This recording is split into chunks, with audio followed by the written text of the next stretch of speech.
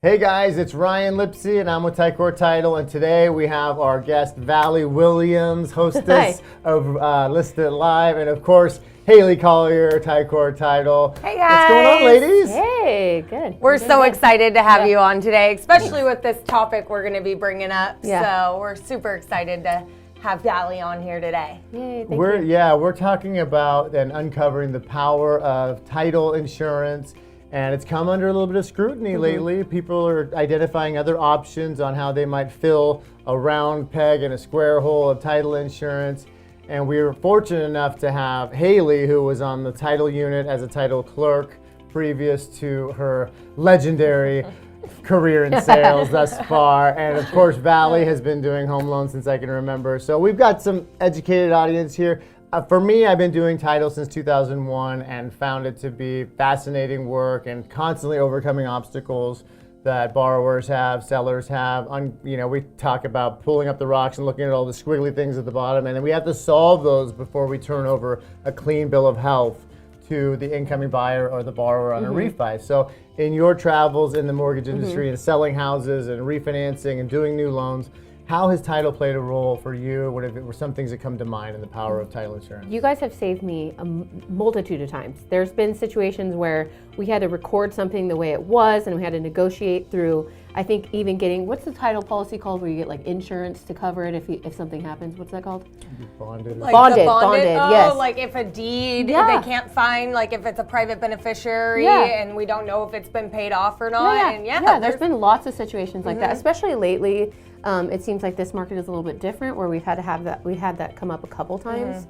And there's always importance of the human element of having a title rep and having a title company, having that assurance that if something does come up with your clients in a sale or a refi, that you can always go back and you have that title insurance to fall back on. Yeah, and have somebody to call, right? Yes. Have a crew. Yeah. Right. Yeah, I mean, I see this statistic like, oh, well, claims are under 3%. Well, they're under 3% because title does such a good job in ensuring and making sure that we don't have those issues come up. And I mean, let me tell you, we work with tons of attorneys. We work back and forth, but working on the title desk, I have seen the chain, things get messed up, be recorded wrong, all by attorneys. Yeah. And we've had to unravel those, figure things out. And I mean, if we're gonna buy some of our biggest assets that some people are ever gonna be purchasing, why would you rely on somebody that doesn't have the backing of a company that can really help step up and make sure your property is free and clear, that you have that? So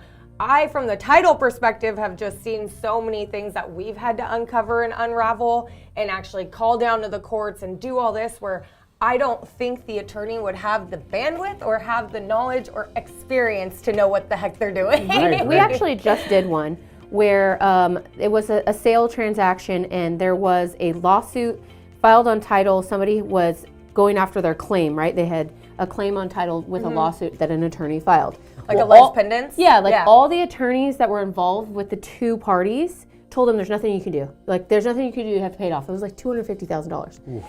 We kept pushing, I kept reaching out to you guys, we kept working on it. We got it cleared. Zero, and closed it. But it took a while, but we got it done. And without that sale would have never gone through. And just to put a ribbon on it, I think that there's strength in numbers, and we have 70 some employees just at one title provider in San Diego County. There are market centers all over the state, all over the nation. And title companies don't have that kind of staffing because they don't need them, right? They want to be, it's a for-profit business. So staffing is a huge part of the overhead. It's because it's necessary. You need warm bodies to abstract documents, deal with the IRS, deal with the courts, and uncover what is a potential threat to an incoming borrower that if it survives the title search and they're saddled with that debt, somebody's got to pay it. Right. And then the title company's on the hook for it. So I just think the sheer numbers involved, I don't know that the legal industry can staff up quick enough to do what the title industry is currently doing. No, and I always think that at some point in every aspect of real estate, we've always tried to be replaced. Somebody's been replaced. Like the real estate agent was getting replaced by the iBuyer. Remember that? Right, yeah. And the lender's getting replaced by online lenders and quotes, so you can just get it. But it doesn't always equal efficiency, and it doesn't always equal the best deal and the best for your client. So I think it's always important to just kind of like heed what's really happening and why are they doing that, and just it's not broken, right?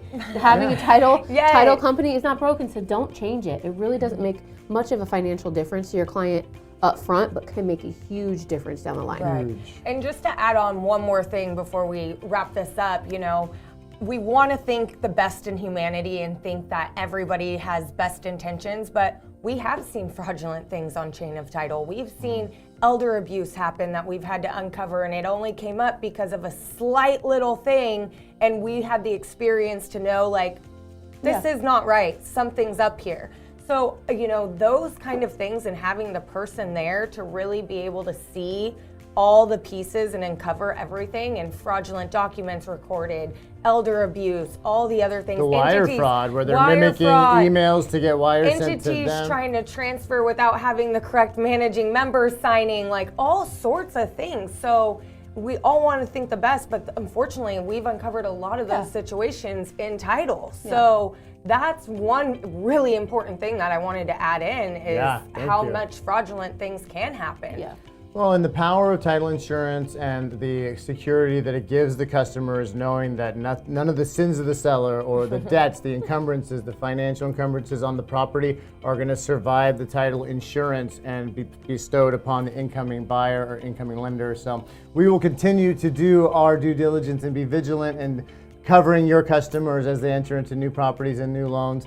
But any questions about the controversial scrutiny among title insurance, we are here to answer that. We're stoked to have your support. Any final thoughts, ladies?